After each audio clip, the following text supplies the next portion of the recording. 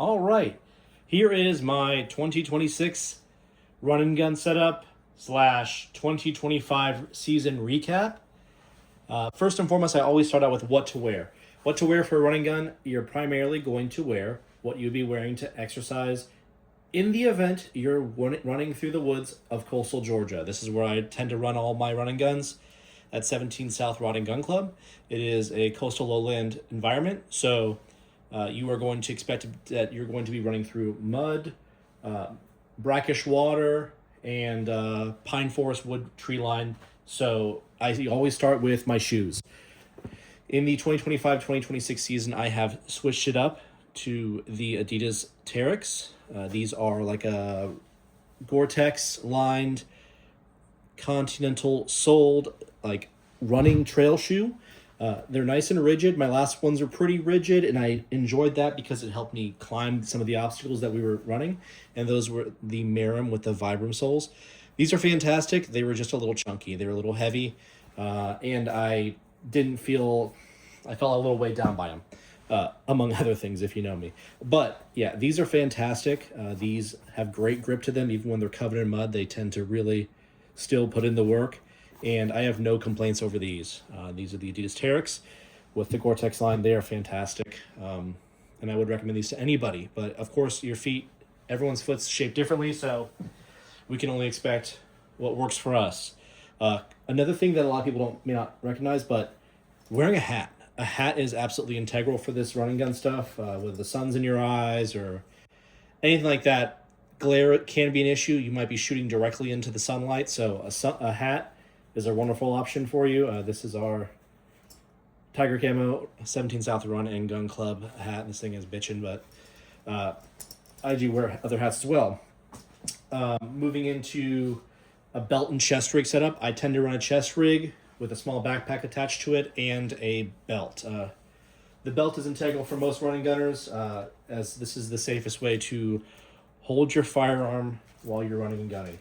So I run a 2-belt setup. This is a inner belt with a standard hook and loop system. This is not a expensive belt, but it has served me pretty well through several years of events. I do run the UBO mid-rise with the T-Rex Arms leg strap and a Safari Lane QLS setup for everything. I run the QLS because it allows me to swap whatever gun I want to use for any event in and out rather quickly. It's modular in nature, and it's never failed me. It's rock solid. On the back of the belt setup, I do run the Agilite tourniquet holder. It's lightweight, really simple to use. We hope we never have to use our tourniquet, but we always make sure we have one on us. I have a single AR magazine and 2 pistol magazines. I do carry a carabiner with a 12-inch, I believe it's 12-inch climbing rated belay line, which may be 24. I think it's 24. But this is something that I kind of have this little idiosyncrasy with, where I'm doing boat crossings. I'm absolutely not going to get stuck in it, so I will belay myself to all of the ropes to make sure that I'm safe. Not required, but kind of a judgment call I've made over the past events that, hey, I'm going to make sure that I kind of belay myself in. I have a job and kids, so I can't be missing any of that. I wear gloves for my running guns. These are the Pig something gloves. I don't know. They're very lightweight, very tactile, not as durable as some of the other gloves, but I do enjoy them. I have used them for several events. I do all of my running guns with gloves on now. In the past, I have cut up my hands on just about everything I can cut my hands up on. And for an industry that I work in, it's required that I kind of maintain some skin integrity. So I always wear gloves. It's a bit of a learning curve when you start shooting with gloves, but it's definitely well worth it. I run a small knife. I just make sure I have a small knife on me at all times in the event that I gotta tinker with anything or cut my sling off if I get stuck or whatever the occasion is. This is not anything special. This is just like a little tiny Smith & Wesson knife. It is just always there on my side in the event that I need to pull it out for any little tool usage. So that is the belt setup. Moving forward to the chest rig, I do run an Ace-Tac chest rig. I love this thing. I've kind of added and taken off things through the past, but primarily speaking, it is a mini chest rig with 3 AR mags on the front, a secondary one on the side, and then housing 2 pistol mags as well. So I do carry pistol mags inside this front mount pouch, I make sure that I attach my ear pro to the chest rig. That allows me to kind of pop them in and out when I need to, and they tend not to get lost that way because I have lost ear pro in the past. I always make sure that I have an extra set of ear pro with me for running grunners. That is a huge deal. You would not believe how many times you lose your ear pro or misplace it. A extra chamber flag, and then, well, several other pairs of ear pro that I forgot were in there. Moving on to the inside pouch, this is where I'll keep an extra mag or two in there. I will always have extra batteries. As I change my batteries before every event, I make sure I have extras. A toothbrush for cleaning my gun or scraping some shit out. And I also carry Rem oil wipes. These are lightweight, these are easy, they aren't super expensive, and they live nicely inside there. Throughout the back of it, I do have a small backpack setup that I do carry hydration in. I usually carry 1 to 3 liters depending on the weather. For sweating bullets, the 3-liter pack for sure because I'll blow through the water. For Silent Night and Jingle Balls, I'll tend to use a 1-liter pack. I won't really go through much water. I do carry a small med kit on me. I am a healthcare professional, so I am trained in this stuff. So I do empower myself to have a full med kit. Not a full med kit, but a relatively comprehensive compared med kit. So decompression, hemostasis, another tourniquet, some rolled gauze, and just some sealing hemostatic agents to help out in the event that you have to help yourself or others. I do so, empower myself to do so in the event that happens. That's just kind of a standard little thing that I have, absolutely not required. Moving on with the QLS system, piggybacking on that idea, I do run a T-Rex Arms light bearing holster and a QLS system with that. Let me make sure we get a safe pistol real quick, and we are safe. This is my standard running gun pistol. This is the Heckler & Koch VP9. It is the first iteration of it, but I love this thing. It has been an absolute workhorse through the entire time that I run. I've never had an issue with it once. I have a Taylor Freelance magwell on it. You can see a TLR 7A by Streamlight. Some of the events are at night, so a decent flashlight in your gun is a pretty good idea. And I am running currently the closed emitter Gideon Optics. Oh, we can put it upside down, right? Closed emitter Gideon Optics Mediator. This is a wonderful acro style mounted closed emitter. Closed emitter is something that I switched to last year, and it's taken a little bit of a learning, but it is absolutely a pretty good choice when you're proposing the idea of putting your gun through water. Open emitters tend to fall apart or get kind of gunked up. Closed emitter kind of negates that situation and has been wonderfully reliable. I love Gideon Optics. I carry them every day. My carry pistol, and they've been fantastic to me. A second option that some newer people may be a little more closely aligned with, because the HK products are very, very pricey in all their nature. This is the PSA Dagger. This is the PSA Dagger full-size frame. This thing is awesome. It's been an absolute workhorse. I have a very cheap green dot on this because this is the one that my son uses in the event that he gets good grades. Cheap little Zulisi Al. It has been banged around because that's what they're made to do, and it has been fantastic. It does have a Balder Pro R. This is a green dot sight with a 1000 lumen, I believe. This has been an absolute workhorse as well. These are incredibly reliable. PSA is right up the street from us, so they're always very, very, very awesome to us. We love them. And this is in a close quarters carry custom holster. They out of South Florida. They make a wonderful product. My kid likes the multicam, so we got him a multicam holster. And this is, of course, light bearing, and this thing is very sturdy, dual layer Kydex. It's fantastic. I do really like that rifle or pistol. Moving on to rifles. This is my usual standard run and gun rifle. This is the Smith & Wesson TAC-22 or M&P 15 in 5.56. It is one of my first ARs that I bought in like 2011. It is equipped with a Vortex Gen 2 Spitfire 5 times with a Vortex Venom 3 MOA red dot on top. I run this in a vertical configuration. in the event that you have to shoot ambidextrous, which we do kind of do left and right shoulder shooting through obstacles and kind of precarious situations, the canted sights have found to be problematic. It turns them into useless pieces once you start kind of switching shoulders and doing all kinds of stuff with that. So I switched this vertical sight. I saw plenty of people struggling using LPVOs, kind of zooming in, zooming out, constantly tinkering with their zoom levels when they're running and shooting events. So I figured, why not just snap up to a little red dot? Looking through the sight, you lose it, snap up to the red dot, it's right there. Because the events are at night, I do have a Streamlight ProTac, and that's just a standard kind of weapon-mounted light that I like. I do keep the B5 Systems furnitures. They're very grippy. When they get covered in shit, they're still grippy. So I do keep them ambidextrous, safety and fire, extended mag release, and then just extended charging handle. Not too far out. I did notice that when I was running, these do get caught up on your gear, so that's the choice I've been made. I've changed several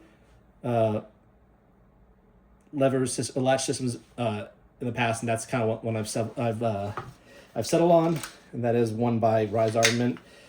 The absolutely most integral piece of this rifle, I would say, is the sling. This is a Blue Force Gear Vickers sling. This thing is bulletproof. It is tough. It's not soft. It's not super comfy if you're looking for that. It does come with a padded option, but this is a bulletproof, rock solid sling that I have on a QD. There's a DD mount there, and then I have it mounted to the back of the stock, and I have been really happy with this. Historically speaking, I've run a Landtech Dragon on this as a compensator. I've since switched to a little bird cage, and that is because I'll tend to run it suppressed sometimes. The Landtech Dragon is a wonderful comp, but it is loud and it fucks up your range officers. If you notice in the front, I do have a little hole right here, a little butthole right here. That is from the Spartan bipod system. It is a Spartan Precision Equipment bipod. This is an incredibly light carbon fiber bipod that is magnetically mounted to your rifle. It comes right off. It's very easy. This is the fixed position, and then you switch it around, and this is a swivel position. This thing is awesome. It's lightweight. It just throw it in my chest rig. Several other run and gunners use these, and I just cannot praise this thing enough. This thing is bitchin'. So, a little recap from the 2025 season. In the 2025 season of Jingle Balls, I decided to run 300 Blackout. I built a 300 Blackout rifle, an 8.5 inch, a few months ago when I was bored and it was rainy, and this is kind of my iteration of my 300 Blackout rifle. It is a safe rifle. This is an 8.5 inch Palmetto Armory Special that I built. I love it. It is awesome. I have affixed a SMS Lasers HFXC on it. This is a green dot IR emitter, IR laser. It is awesome. It is, for the price, it cannot be beat. Absolutely not required, but the night stuff, this does make it better. I am running a Polonium 30 wrapped in an Armageddon gear little blanket. It is fantastic. I do have noticed in shooting in my other pistols that after my other rifles, that after shooting for a while, you will get a little mirage effect. Optics wise, I kept it very simple with the Romeo and Juliet series. This is a green dot that I picked up with a 3x little arm swivel. It does have a Radian Raptor SD charging handle. I did that to keep the gas down off the face while I'm shooting a bunch. This can is pretty great at mitigating that stuff, but I wanted to make sure I had all my bases covered. I do have the Die-Frico pistol grip, which I love. It's incredibly vertical, and it just grippy as hell, like the B5 systems that I like, but it just has that little less angle. And then, of course, I do have an aftermarket trigger in that. It's the Rave 140 or something series. It's fantastic. I like it a lot. It's pretty light. Of course, I do carry a Vickers swing on this. It does have another Vickers swing because they're fantastic. They're the best sling in the market right now, I think. Recap of using this in Run and Gun. Run and Gun, I did have a folding stock on it. I will never use that again. It was by Sylvan Arms. I've had it on there for years. Didn't even think that it would be an issue. Got it wet. It just started making my gun fall apart and kick out a battery almost every single time I shot it during the back half of the event. So I took that off and put a new end plate back on it, and it's been fine ever since. But I will not be using that product ever again. Live and learn, and I don't think they really thought of dragging their rifles through the mud. So once you kind of do that with your gun, you do figure out some things. It's kind of what we do it for. Why build a race car if you're not going to bring it to the track? So I do love shooting blackout, but it's just not appropriate for anything outside of 250, 300 yards, especially on a windy day.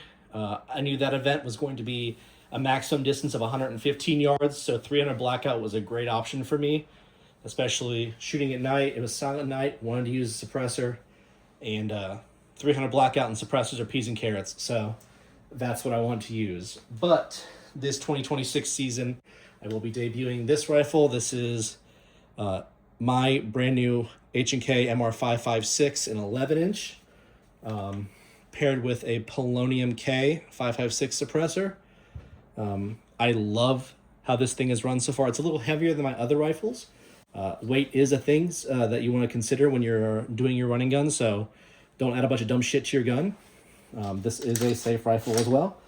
I did add, since I enjoyed using the flip sights on my last running gun, I did purchase a Trijicon MRO series, the HD series. I realized that the original SD series, first gen MROs, did have an issue with their tint and like a passive magnification on their red dot and parallax. It was terrible. So I did get the HD series one. It does have the same flip up style in 3x magnification that the other rifle does have. Outside of that, I do have the same Spartan Precision Tactical, or Spartan, what are we calling it? Spartan Precision Equipment. Bipod attachment in M-LOK instead of the Picatinny for the other ones. Again, I wouldn't go without it. And then just a little hand stop from True North. Outside of that, this rifle is entirely stock. I do have an Ed Sherman sling on there only because it's Flecktarn, and I wanted to kind of give a little homage to the German heritage that is the HK pistols, or HK system, or any of the company, actually, even though they're in Douglas, Georgia, or Columbus, Georgia. But yeah, I'm super excited to use this rifle. I've gone tested it out, sighted it, used it at range. It is fantastic. It was expensive, but I do enjoy using the HK products because they're so reliable. Speaking of reliability, I do run the HK magazines, factory magazines. I have used the ETS magazine in the past, but they do crack, or mine did crack, all of them, after heavy wear, so after heavy usage during a running gun. Like 2 running guns, they were toast. So buy once, cry once, I guess. These are the 20 rounds off my VP9 match pistol setup. I do run like 6 of these throughout the event. And then for the AR, I do run the DD mags. I've used these for years now. The DD mags can be uploaded to 32. I tend to run one less at 31, which gives me one more than standard PMags. These things are awesome. They're easy to clean like any other magazine now, I guess, but they're rock solid. I've got good grip on them, and they've never given me a problem at all. So I tend to use these exclusively now. Another thing, parting words, just make sure that you clean your gun before and after, change your batteries, and while you're running, just carry one of these. These are a big nothing sometimes, but they're awesome. These are used to upload. These are just little mag loaders. And I tend to use these between stages to upload and download magazines. So I show it to my stage with full magazines. We run a cold range, so we don't run with a pistol or rifle with any ammunition in it, but we are able to upload and download our magazines as we're running to our next stages.